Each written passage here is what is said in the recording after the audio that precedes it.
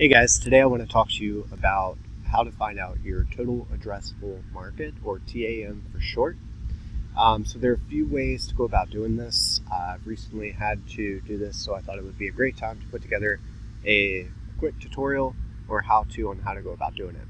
So the first place I would start, if I were you, there's a great blog post I found on discoverorg.com titled How to Calculate Total Addressable Market Size and Perform TAM Analysis. As you start scrolling through this article, there are some great examples in here on how to get a really good understanding of calculating a total addressable market, what it means, and then two of the most common approaches, which is going to be your bottoms-up approach or your top-down approach. So the difference of the two is essentially the top-down.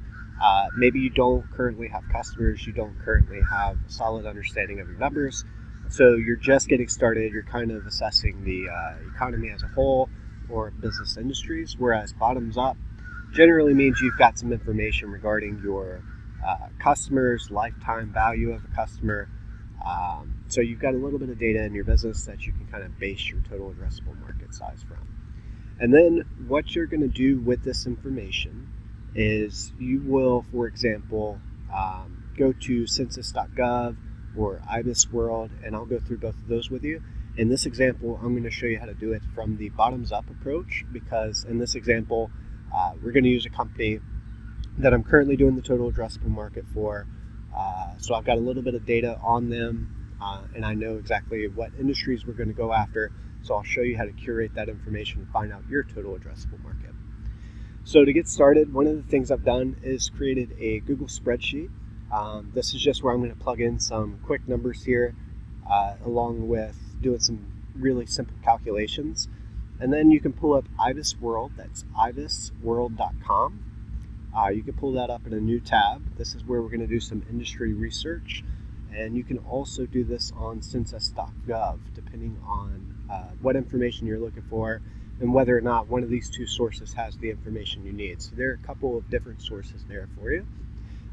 If you're doing the census.gov website, you can simply just go to census.gov, and in the search bar, just start typing in a specific industry. So let's just say we're going to go with graphic design.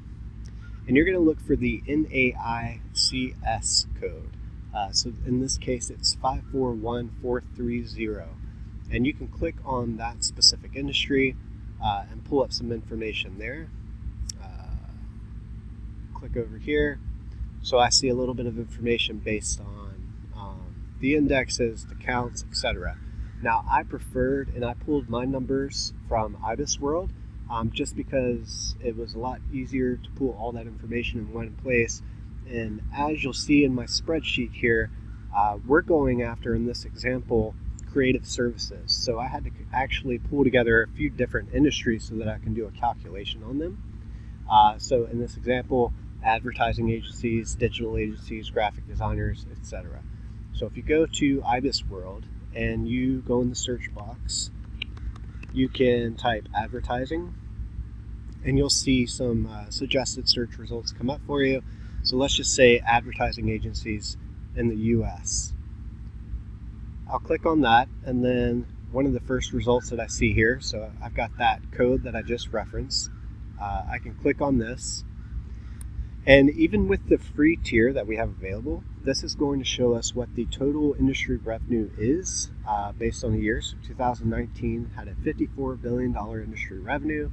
There were 71,000 businesses in the US that did advertising, as well as some other statistics here. So what I started to do was, in my Google spreadsheet, I just created a few columns. So column A was category, whereas column B was the total number of companies in the US. So using that first example, number of advertising agencies, you can see where I plugged in, straight from IBIS World, the total number of businesses in the US.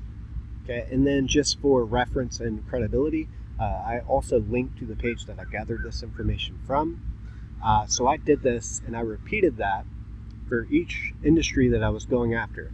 Again, because we're going after the creative services industry as a whole, there are some subsectors that I wanted to gather information from, which explains why I've got a few different rows here.